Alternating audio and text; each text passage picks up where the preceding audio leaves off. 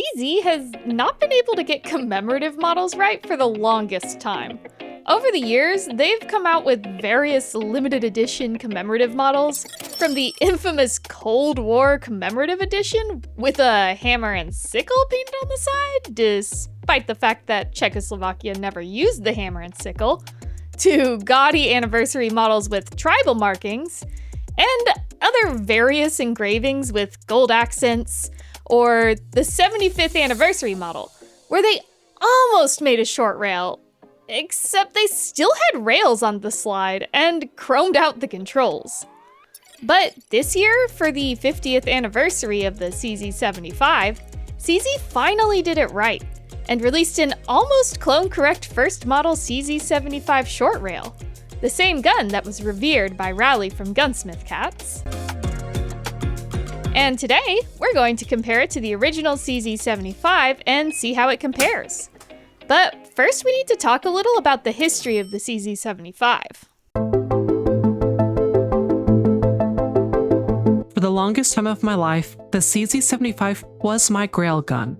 In fact, it took me 6 years of searching to finally obtain one. And you may be asking, Flandre, how is that possible? I was able to get a surplus CZ-75 Pre-B for like $500 from my favorite retail outlet. Unfortunately, what a lot of people don't understand is that the CZ-75 Pre-B was not the original CZ-75. The first model CZ-75 was made in very small numbers between 1975 to 1980. Compared to later models, they featured a single-line country designation made in Czechoslovakia stamped on the frame. And they featured the original CZ logo on the grips with distinct waffle-style grips. And the early models did not have a half-cock position. However, due to accidental discharges by the West German police who had purchased these firearms, CZ would update the 75 to include a half-cock position at some point, but it is unknown when, as some short rails have the half-cock and others do not.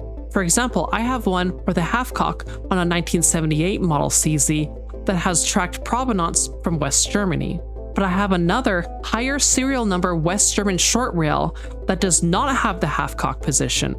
I speculate that it may have been an option that CZ was offering to customers, similar to the adjustable target sights seen on some West German CZ-75 short rails.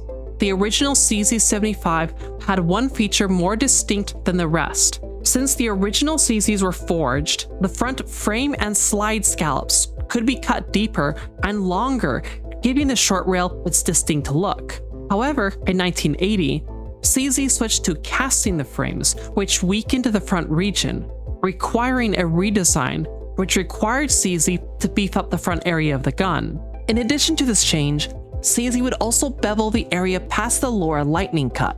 The Spanish cast frames, longer rails, beefed up front region, and the frame beveling would be the only differences between the early Pre-B models and the original short rail. By the mid-1980s, CZ began casting the frames themselves and made additional changes, leading to the later model Pre-Bs. In addition to the changes previously mentioned, by 1984, heavy black enamel paint replaced bluing as a standard finish. And by 1986, the guns would feature a larger, more round trigger guard. The country markings would be updated to 2 lines instead of 1. Finally, they would change the grip pattern from a waffle style to a checkered style. This updated model is what most people refer to as the Pre-B model. Originally, CZ contracted out a Spanish firm to cast the frames, but there were notable quality control issues with these frames, which gave the second model CZ-75 a bad rap among shooters in Europe. This was documented by shooting sports magazines at the time, and famously, Kenichi Sonoda would collect such magazines and use them as references when writing his manga series, most notably Gunsmith Cats. Unfortunately, I've seen many fans still confuse this page in the manga, thinking Rowley was referring to the CZ-75 Pre-B and the CZ-75B, but the series was supposed to take place in the 80s, before the CZ-75B had been released. Ironically, many fans would end up buying the Pre-B for their Gunsmith Cats collection, not knowing that this was the very gun that Rowley was talking smack about. And now, I'll give it back to Mugi to talk about the US imports of original short rails. Serial production of the original short rail began in 1977. Only around 16,000 were ever made, and not many made it to the United States. Most were either sold to the European sporting market, West German police, or were shipped off to South Africa or Rhodesia, most notably being used by the infamous Rhodesian Cellist Scouts. During this time in the Cold War, the CZ-75 was one of the few guns that Westerners could obtain from behind the Iron Curtain. However, the only short rails that made it stateside during this time were guns purchased by US soldiers stationed in Germany during the 1970s and 80s. These are very distinguishable by the German import stamp, and many were sold with single pattern wood grips.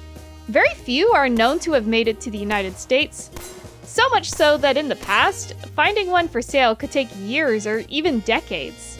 That is till a single collector known as Bob of the Desert finally let go of his collection of short rails back in 2011. And again when RTI managed to bring the most ever seen in the US, which was still less than 20 guns. You've got like a bunch of them in really good condition. Well, a bunch, less than 20. So. Well, less than 20 of these things is still a bunch of these. As mentioned before, the short rail today is most well known for being featured in the cult classic manga and anime Gunsmith Cats, where the protagonist, Raleigh Vincent, only trusts her life with the CZ-75 short rail. Needless to say, many fans of the series have been very excited for the release of the new CZ-75 Legend for this reason. So much so that when we talked to the CZ rep at SHOT Show, he mentioned that they were getting many comments about the gun from fans of the series. And we even got this great line from him. So this is a gun that I think even Raleigh would love to own. These new production short rails were very close to the original, with the rounded trigger guard, slab side scallops, a single line country marking on the frame, slide markings, the original style grips, and they also manufactured them without the firing pin block. The firearms also tension the magazines into the magwell like the originals, and they don't drop free. Although it should be noted, the mags are the CZ-75 B-spec mags, which are slightly wider than the pre-B magazines. CZ did make a couple of changes.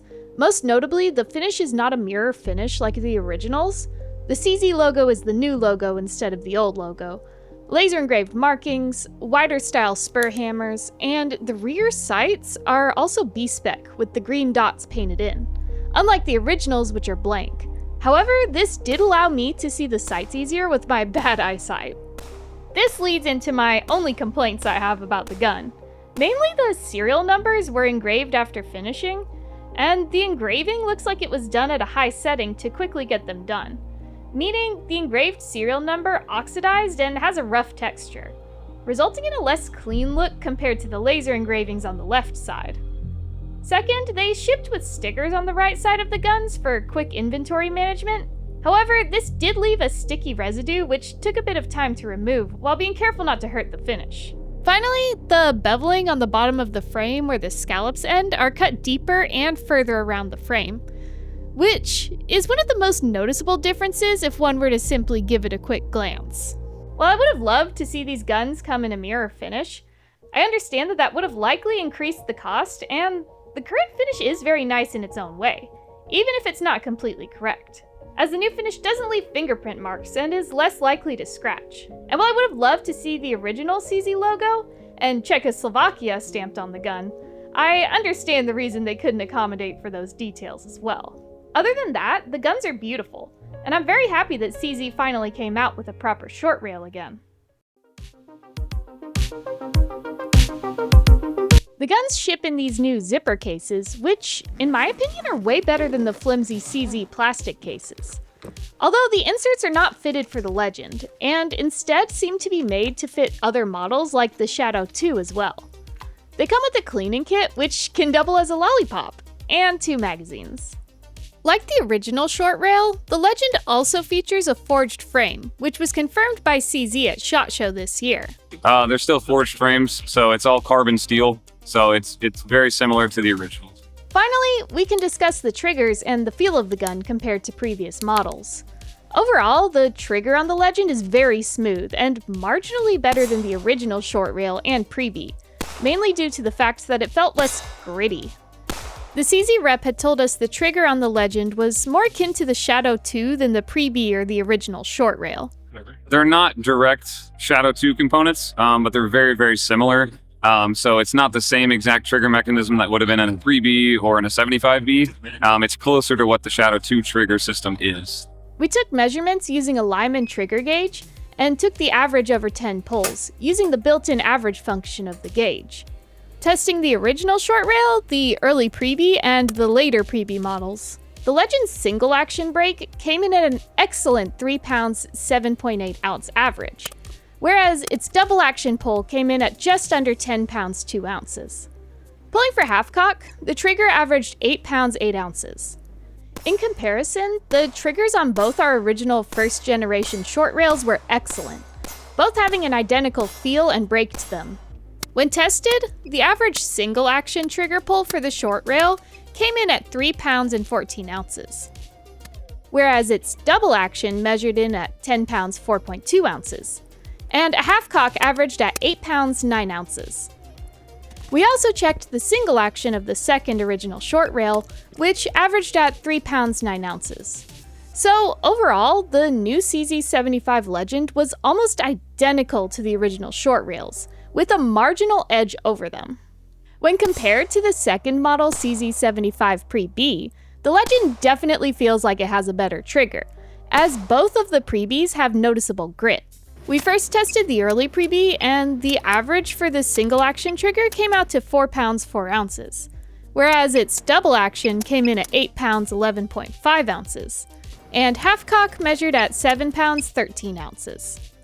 And next we tested the late model Pre-B, and the average for the single action trigger came out to 3 pounds 14 ounces, whereas its double action came in at 8 pounds 9 ounces, and half cock measured at 8 pounds 5 ounces. So overall, this gun did have the better double action trigger pull compared to the rest. While the trigger weights, especially in the single action weights, were all comparable across the board, the single action pre-travel on the Legend was noticeably longer, although it felt much smoother compared to the earlier models. When charted, we get these results, with the Legend having the best trigger in single action by a small margin over the original short rails, whereas the surplus pre-B models have the better double action pull, although likely due to the hammer springs being well used over the decades, as the double action pull is more influenced by the hammer spring. Since I know people are going to ask about how accurate the different firearms are, we didn't see a big difference between the models accuracy-wise. It was also incredibly hot and humid outside, and we were plinking on steel targets, so a better accuracy test would be in a controlled indoor environment on paper. And to be honest, when it comes to handguns, I may be a hardcore collector, but I'm a casual shooter. It's very clear that CZ put a lot of thought into this gun, cloning as much details from the original as they could, including small details like the grip screws and trigger guard profile. Considering its limited run, I know this will be a firearm that will become a collectible in the future, and I'm happy to be able to get one to keep alongside my originals.